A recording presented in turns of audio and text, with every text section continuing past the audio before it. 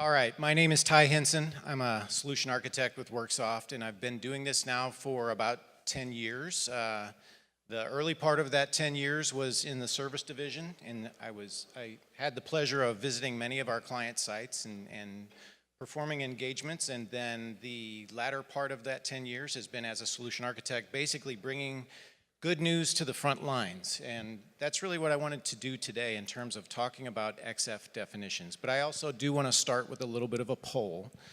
So let me ask you, for everyone that's in here, I can kind of see you under the spotlight here. How many are doing web testing with Worksoft? Let's use a show of hands. Okay, healthy set, that's fantastic. How many had challenges with web testing? Okay. Now, keep your hand in the air if you had challenges. Drop your hand if you overcame them. Okay, not too bad. Wanted to get a feel. And then how many of you are familiar with XF definitions within Worksoft?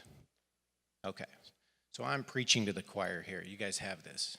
But no, realistically speaking, through the years in working with our clients at service engagements and as a solution architect, when I would hear people say something that I recognized as a deficiency in knowledge about our solution, I wasn't faulting them at all times, right?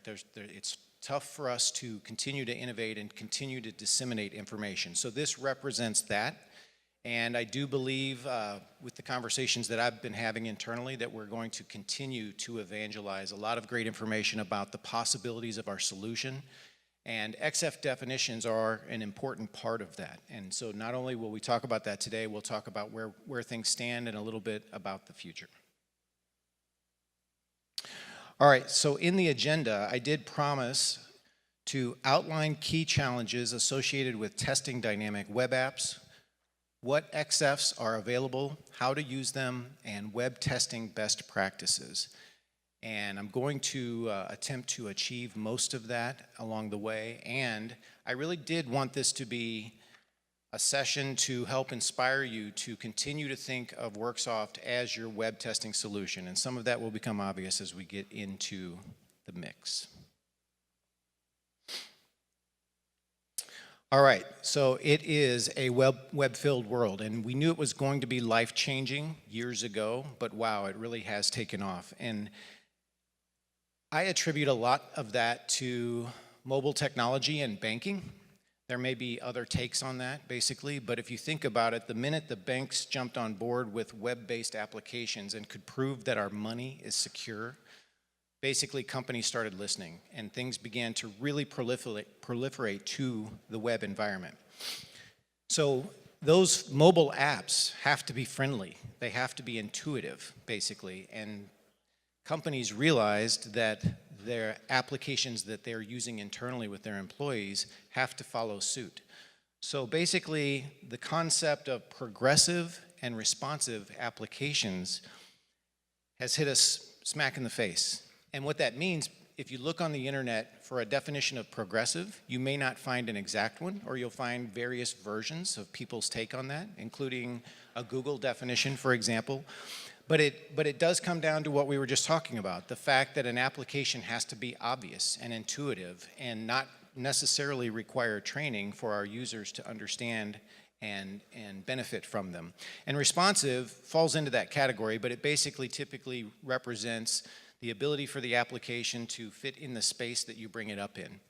Well, the reason I'm bringing this up is that progression with web development has brought really great things to the end user community, but it actually has made the underlying layers much more complex. So I want to break that down a little bit in our conversation today. So the first example, and I'm going to attribute this to my fearless leader, Rick Goad. He really brought me some material that makes this very easy to work with. Straight from the pages of the Salesforce Spring 19 release notes. SaaS-based application if you're not working with it. Their notes indicate, and this one pretty much reads itself, DOM inspection tests are subject to change. The content and structure of HTML CSS or styles and the document object model in Lightning Experience can change at any time and can't be considered a stable API.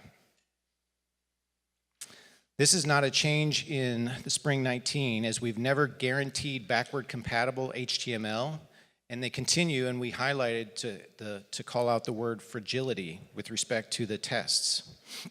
We understand the value that our customers gain from automated UI testing and the maintenance burden this puts on them. So Salesforce is pretty much straight up saying that the complexity of the SaaS-based web application that we're delivering will make it complicated and difficult to automate. Another example then is a Salesforce page itself. But again, from this perspective, showing the value that it brings to the user. So this one is a next generation field service operation where you can very quickly understand through just a simple couple of clicks, where are my customers so that I can service them accordingly. So again, the complexity is making automation life more difficult, but it's making the front-end user life much more pleasant.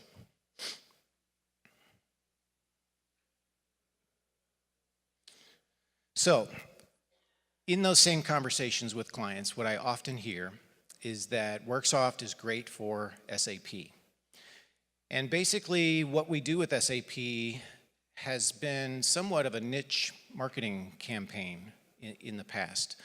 Our technology is based on a foundation that allows us to communicate with several technologies for the purpose of programming-free automation. And with SAP, there were a lot of testing challenges, and so we latched onto that and really focused on that SAP initiative. But the bottom line is that SAP is now web. So not just the Fiori initiative and the UI5 initiative behind that, but many, if not most, of the acquisitions that SAP is making are based on modern web practices and complex SaaS-based applications. Similarly, the Fiori design guidelines here, and I'll let this scroll through just a little bit, are showing some of the widgets that Fiori is bringing to the table. This too represents some of that complexity that from an automation perspective we need to be able to deal with. Yet again, the concept of what's being provided to the user is making them more efficient, making them more productive along the way. So we're not arguing with the complexity that's being introduced effectively, but we have to be able to deal with it. So when it comes down to some of the specifics, and some of you may understand what I'm talking about and some of you may not, and that's okay, but basically, tactically speaking, some of the challenges that we're dealing with in these modern web applications is that they're constantly changing, and that the structural complexity, like three-table tables, that doesn't look like it makes sense, but basically you might be able to picture a table where the first column remains static while you scroll the rows left and right, and the top row remains static while you scroll the rows up and down. That's often constructed behind the scenes with three tables, but the automation tool may not recognize the fact that those actually are serving the user as a single source of data, a single table, effectively. Not to mention non-table tables, using HTML elements to construct what looks like a table to the end user, but in fact is just two-dimensional data. Yet we need to be able to still find rows and enter data into specific cells, so these become challenges for the automation technology to keep up with. The W3C standards for web development are a framework of how developers should build websites. Some of you may be web developers yourselves, but it's fair to say that it's the wild, wild west of HTML5. People are not always developing the greatest sites, or they're really pushing the boundaries with the structures that they're creating for the purpose of delivering great quality UI to the end users. And we've dealt with this for some time, but we continue to deal with the fact that there are dynamic object identifiers or dynamic attributes about the objects within the HTML that we still need to be able to communicate with, even though those things are changing regularly. So this is not exhaustive, but I still have an additional 4 bullets here. Asynchronous round trips from the client website to the backend server to bring back and often inject additional HTML. Once again, might be going back to receive a map and bring that up onto your screen like we were seeing, yet the automation that you might be choosing to work with has to be able to work with that content. Nested structures are more and more commonplace, where we have drop-downs within tables, and it can go well beyond that.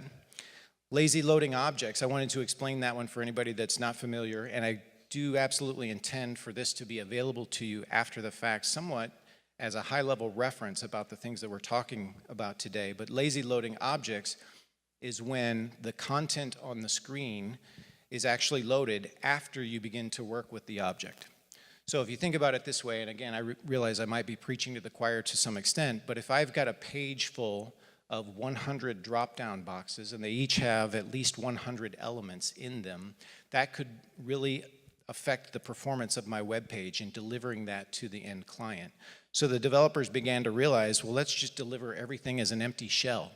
And when they click to drop down any particular element, that's when we'll go get the data and bring it back and load that content. So an automation solution doesn't even have access to that data until we've interacted with that object just like a user would. So that's kind of the end result here. Well, and then pages where there are massive numbers of hidden elements. We don't even always know that just by looking at a page, yet we may need to find and still communicate. So we have to be very performant. But the bottom line is that an automation expert has to do more to accommodate for these challenges, or the automation solution has to do much more to simplify the complexity and provide resilience. So from a Worksoft perspective, that's what we continue to do, is to try to more and more make the automation monitor the user for the purpose of building that automation, and hence that's where the visual capture has come from, or the evolution of capture has taken us there.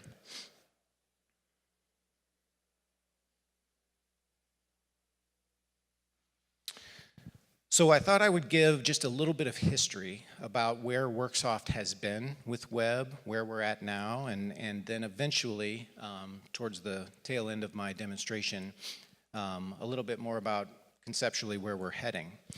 And that, I thought, in itself might help to inspire, too, the fact that the solution you're working with for web is the right one.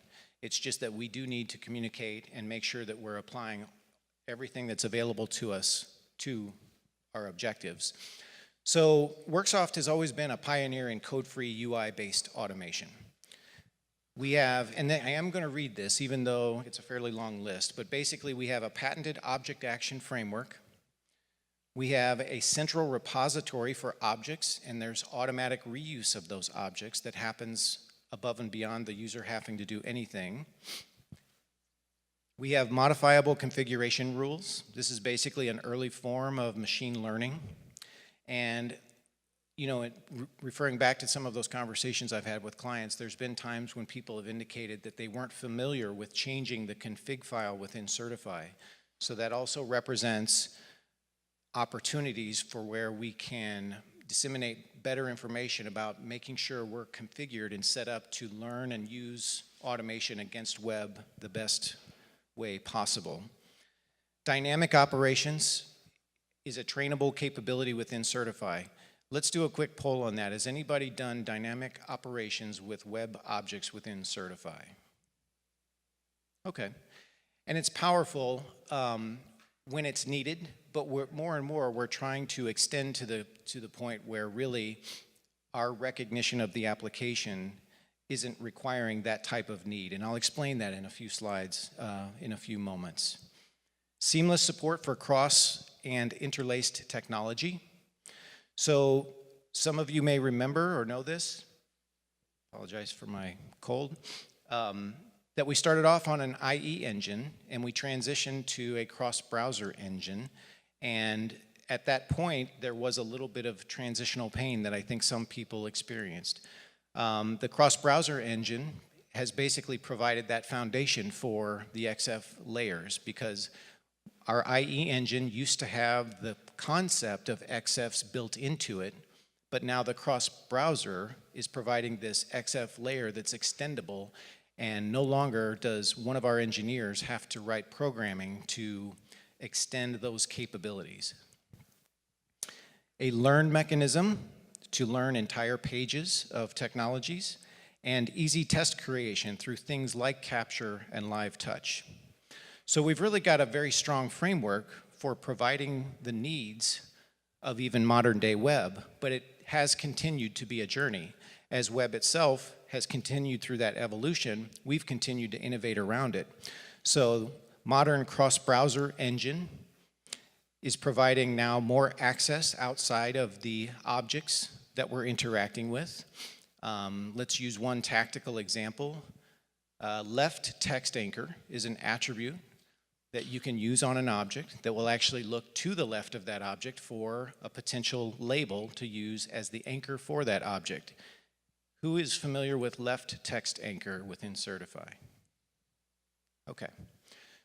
And I appreciate the hands. I think we just need to continue the knowledge sharing effectively, because that's a perfect example of a mechanism that might preclude my need for an XF definition or optimization. Even though those things are very powerful, there are times and things that I have under my control to avoid that need entirely. Patented Extensibility Framework, XF, stands for extra fun. We are going to talk a little bit more about this in the form of seeing the results of what it looks like when XFs are applied. And I'll save my thoughts when we get to that point. Web engine injection. This is something I wanted to make sure everybody was aware of. This is an initiative we've just come through where for the major browsers, we're now injecting our engine into those browsers for maximum performance. So in the, let's just go with, Brian might know the exact version, but basically 10.1 and versions 11 are going to be more performant in web than we've ever been. Visual capture experience is the Capture 2 that I heard even mentioned in the previous session, and I've got a demonstration that will include some Capture 2 as a part of that. And advanced object attributes like left text anchor that have become available to extend our capabilities. The important thing about these innovations is that they really are now setting the framework for what even the future concepts will be and where we plan to extend our capabilities. But instead of listing those here, or even talking about those here, what we chose to include at the moment is that the real drivers behind that concept is automation for all. So despite the complexity of Fiori and modern web applications, the automation has to be easy to use and needs to remain code-free so that everyone can participate and everyone can collaborate as needed. It needs to be sustainable. We are often compared to other products on the market, and those comparisons will be based on what do these tools look like and how easy is it to build my automation. But what is often forgotten is the fact that beyond the building of that automation, we need to be able to live on without driving ourselves crazy maintaining it. And so things like the XF optimizations are providing for that capability. And reduced refactoring, so that's the new word. I used to call this polishing. I've heard others say the word hardening. And in speaking with Heather Payton recently, she said, let's go with the word refactoring. But the fact that I can capture live user activity and build automated steps should allow me to then replay those steps immediately under the right circumstances.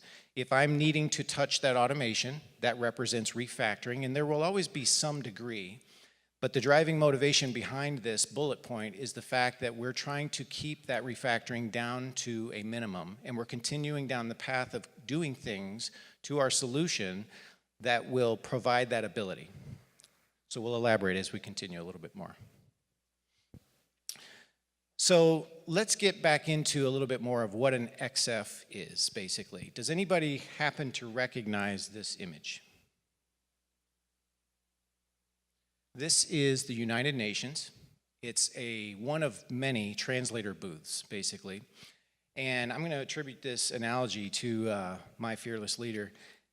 I thought this was a great one. We've tried to explain XF definitions in several ways, and this is the latest one, and I do like this. The fact that all of these translators, real time, are translating the languages that the various countries are speaking, okay?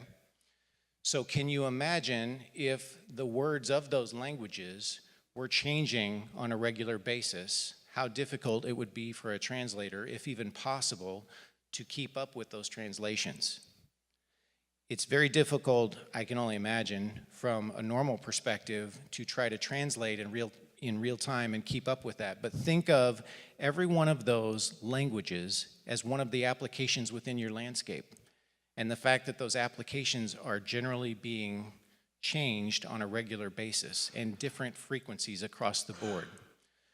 So XF definitions for Certify effectively represent that translation capability, the ability to recognize very complex structures and turn them into simple forms for the automation to work with more seamlessly. So from a demonstration perspective, an XF is a more technical part of our solution at the moment, but it's still not programming.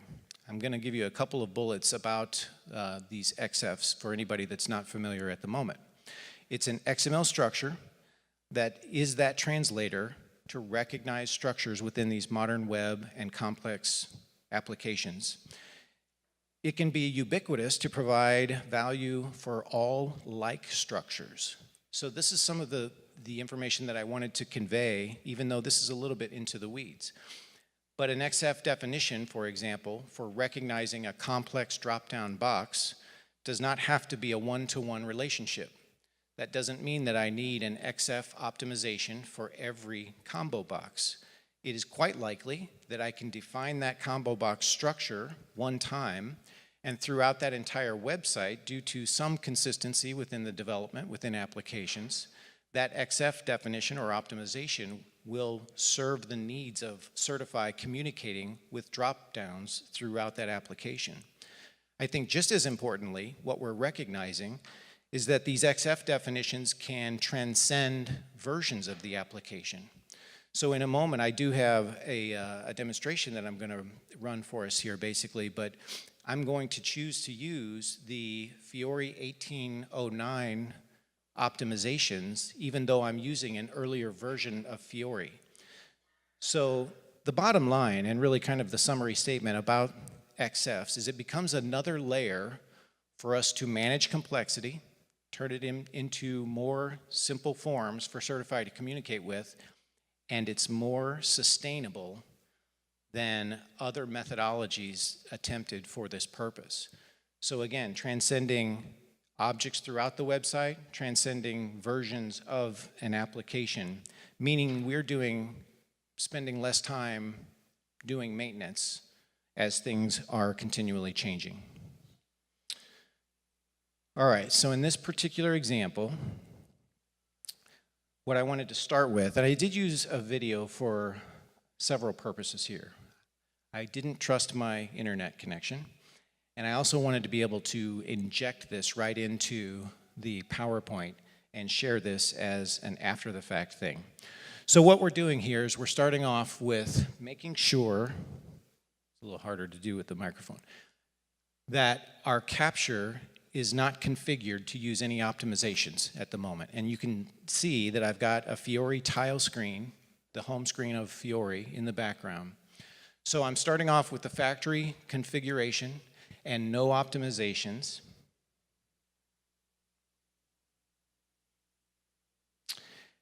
And then going back into capture and simply clicking on the fingerprint to select several objects. So in this case, we're selecting the create sales order words. In the middle of that tile, I click and I get an unlabeled link. And then I click the icon for that tile and I also get an unlabeled link. So the bottom line is, without optimizations, what we're actually seeing behind the scenes, and I'm exposing something that you might not be familiar with, but by clicking the little eyeball, you can extend your capture to see the object, and then I can right-click and look at those object properties. So the first one, though it still highlights, is a div based on the words create sales order. Now that might actually be more sustainable over time, but there is still a potential problem. The bottom line is that LI, that list item, is actually serving the purpose of delivering those tiles, and everything within is content that's also being exposed within the tile. So when we've captured the div, it's not a bad object, but for example, the white space below it is another div where all we have to it is the XPath, which can be extremely brittle. And many other solutions that compete with us will use XPath definitions to try to get back to objects, but the fact is that these pages are dynamically changing. So we don't have a good object definition on the next one. And the last one is a span, a very generic HTML element with the image in it, once again captured with an XPath because there's really only generic attributes involved, nothing great to latch onto, yet standing above it is that list item that we really wanted from a create sales order perspective. So in the next step, basically, all I'm going to do is go in and turn on the Fiori optimizations. And this will happen real time. So notice I'm leaving the other steps that were captured. I'm just drilling in to the HTML settings. And as mentioned earlier, and I said that earlier because I didn't want to forget to say it, but selecting the S4 1809 Fiori configuration and optimizations because they serve the needs for all of the Fiori versions that we have available to me in the demo environment. But then by performing the exact same exercise, we come in, hit the verify, and regardless of where I put the mouse, and that's really the key, it's recognizing that as a push button. Because in this case, that's all that tile is a button that the user needs to be able to push. And if we go in, we're not using an XPath, we've got the list item, and we've got a very sustainable mechanism to recognize that object regardless of where it ends up being on the page. So I mentioned why that's important, and I want to drill into that just ever so slightly. The fact is that when we capture the user activity, it's important that the user be able to use the application the way that they normally would. And the fact is that all three objects that were collected poorly will get you into the create sales order, but they're not sustainable. But the one that was optimized, regardless of where the user would click, would properly recognize that tile. And I even started with the homepage for that purpose. It gets more advanced than this, but even something as simple as a push button might need to be optimized based on what the modern complex application is actually delivering to the user so that we make sure to recognize exactly the activity that has happened and automate that seamlessly. Which is really the segue to the next demonstration. In this case,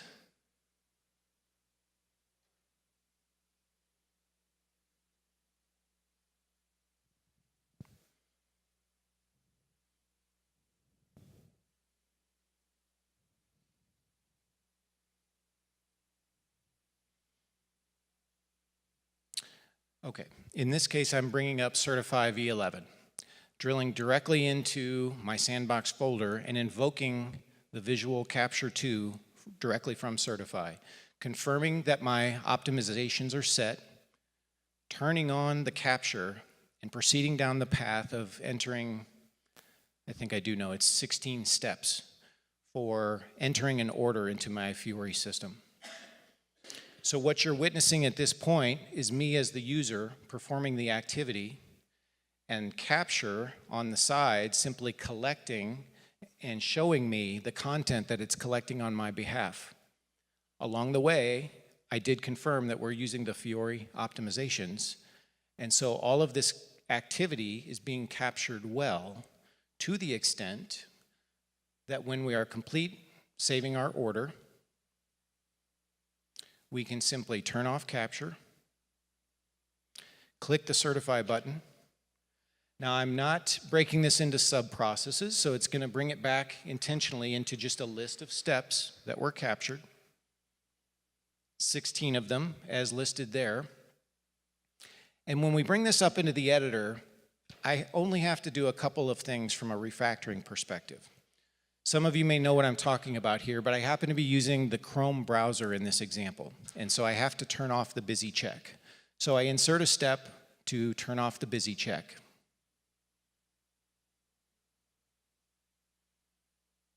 That will be a system browser, set busy check parameter to off.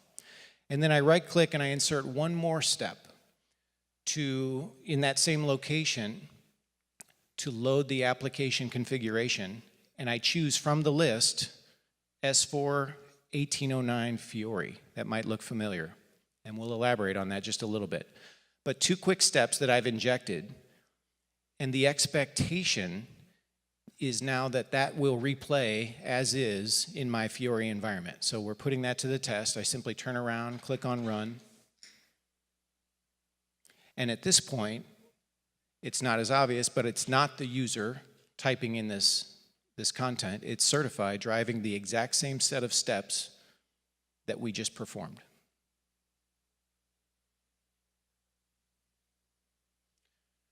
So what I wanted to kind of drive home with everything succeeding.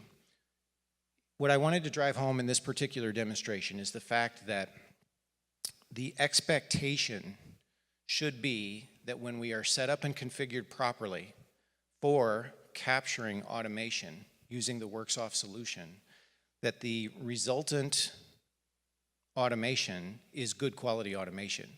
I'm not standing here guaranteeing that refactoring is zero or down. You know, we still have a journey. We still have a path to continue down, and I'm going to elaborate on that just briefly in a moment. But we are trying to keep that to a minimum and continuing to innovate around the things that allow us to drive that down to a minimum.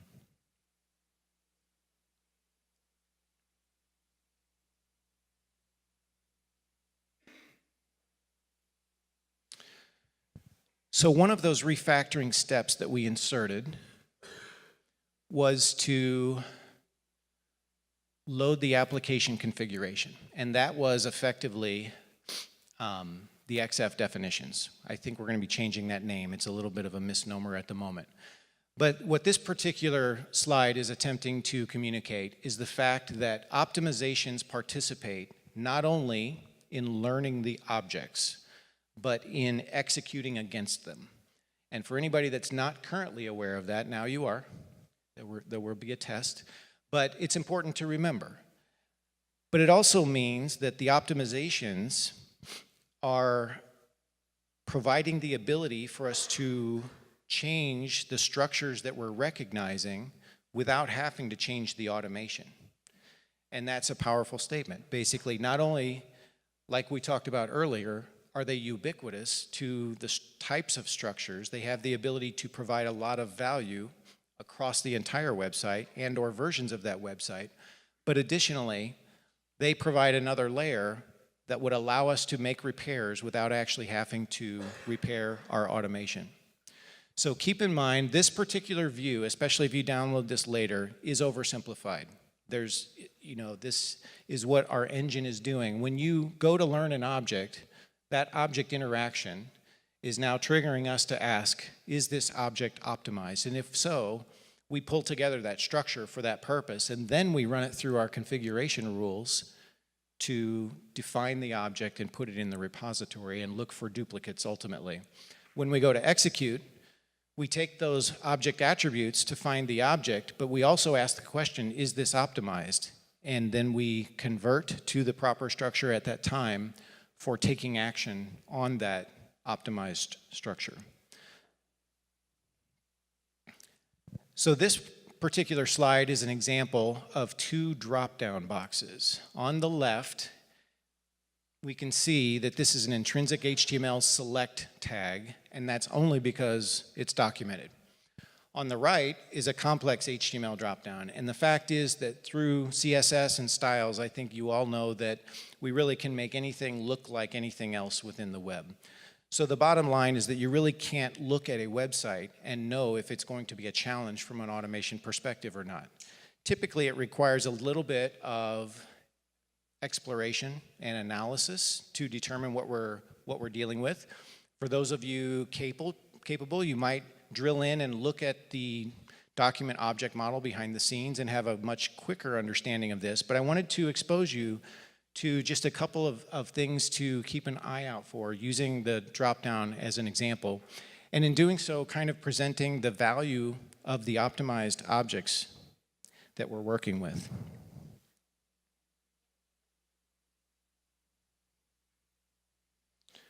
All right, so in this particular short clip, what we're going to do is clear out our capture window. Actually, I can bump this one forward to save time.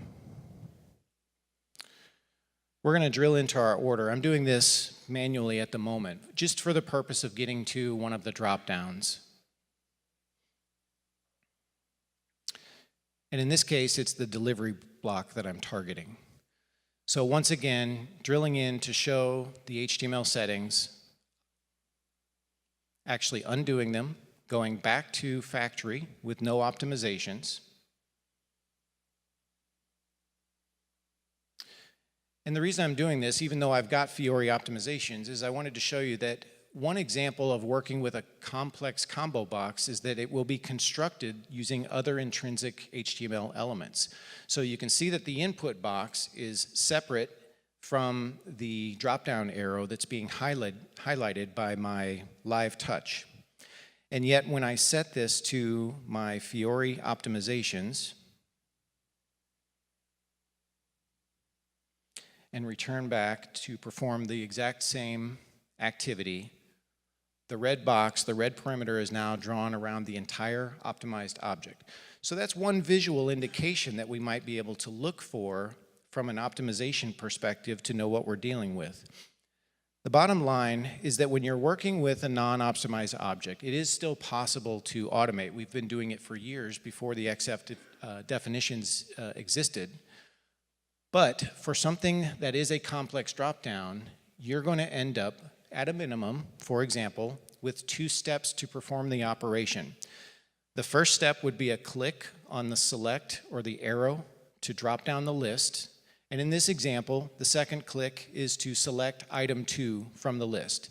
So the considerations that are really going to drive home the value picture down below are indicating that that supports capture, but it requires, a positive is that it supports capture, but a negative is that there are 2 steps involved ultimately, and that particular series cannot easily be data-driven, which we typically want to do from an automation perspective.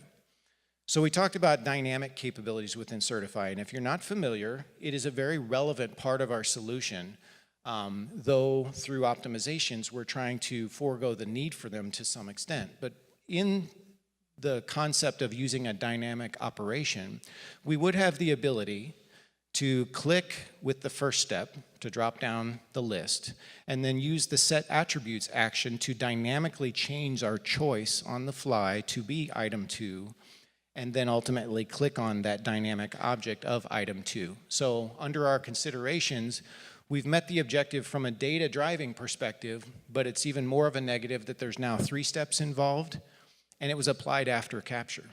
So there was refactoring involved. So I'm not beating up dynamic. I've used it in many cases to accomplish some very great things. But this is why the XF definitions are so important.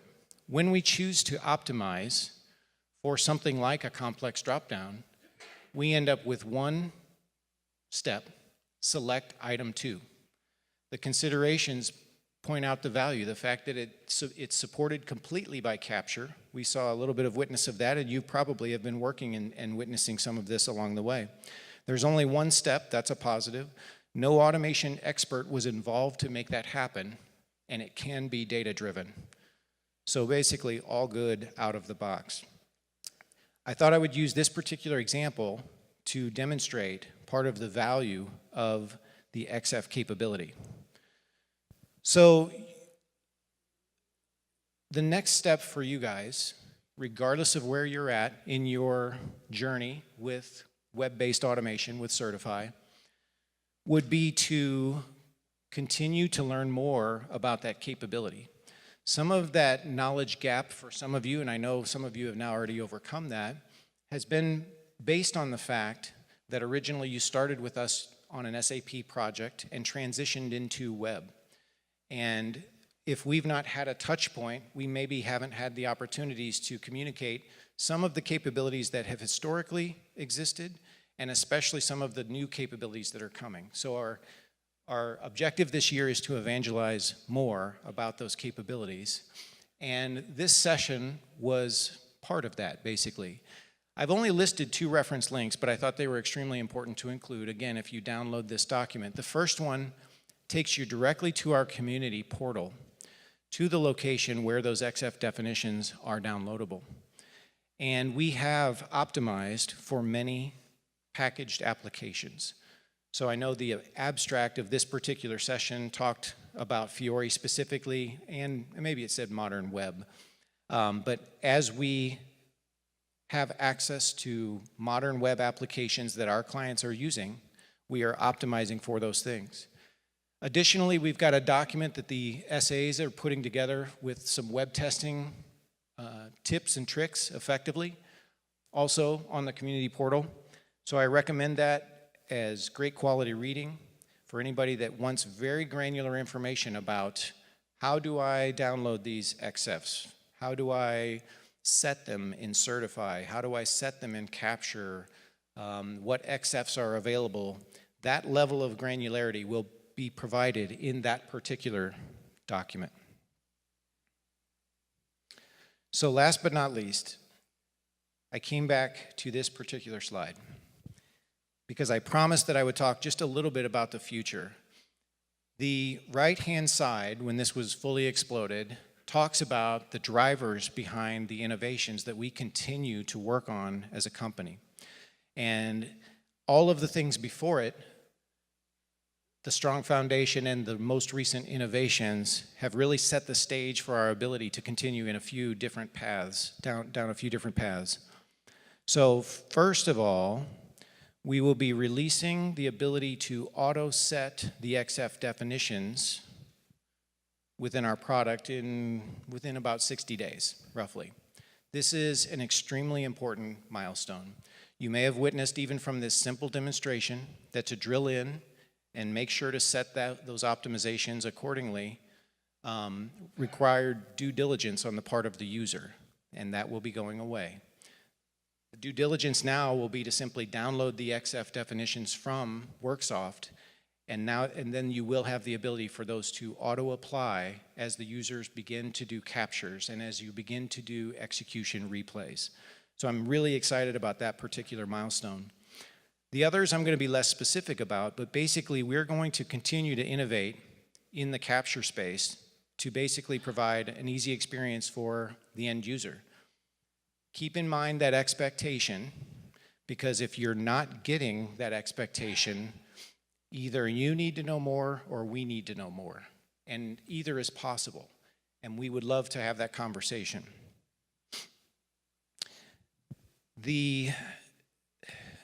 I will say that we have a visual for what XF editing will look like in the not too distant future. So we're not just there yet. Our journey will continue and we will continue down that path, but as we evolve to that level, you can imagine that the ability to do more crowdsourcing on optimizations will become available, or to be able to get to the point of doing push mechanisms within our product. Again, these are concepts that we're striving for, but I wanted to give you the confidence that the company that you're working with from this perspective is thinking in all the right ways to continue to be easy to use, sustainable, and minimize the need for refactoring. So we'll do our part, and you guys can do yours. And if you have any questions, by all means, let us know, because we want to make sure to get those answered. I believe I am 2 minutes over. I will be around all week also for anybody that does have questions about this session, or will gladly respond to emails.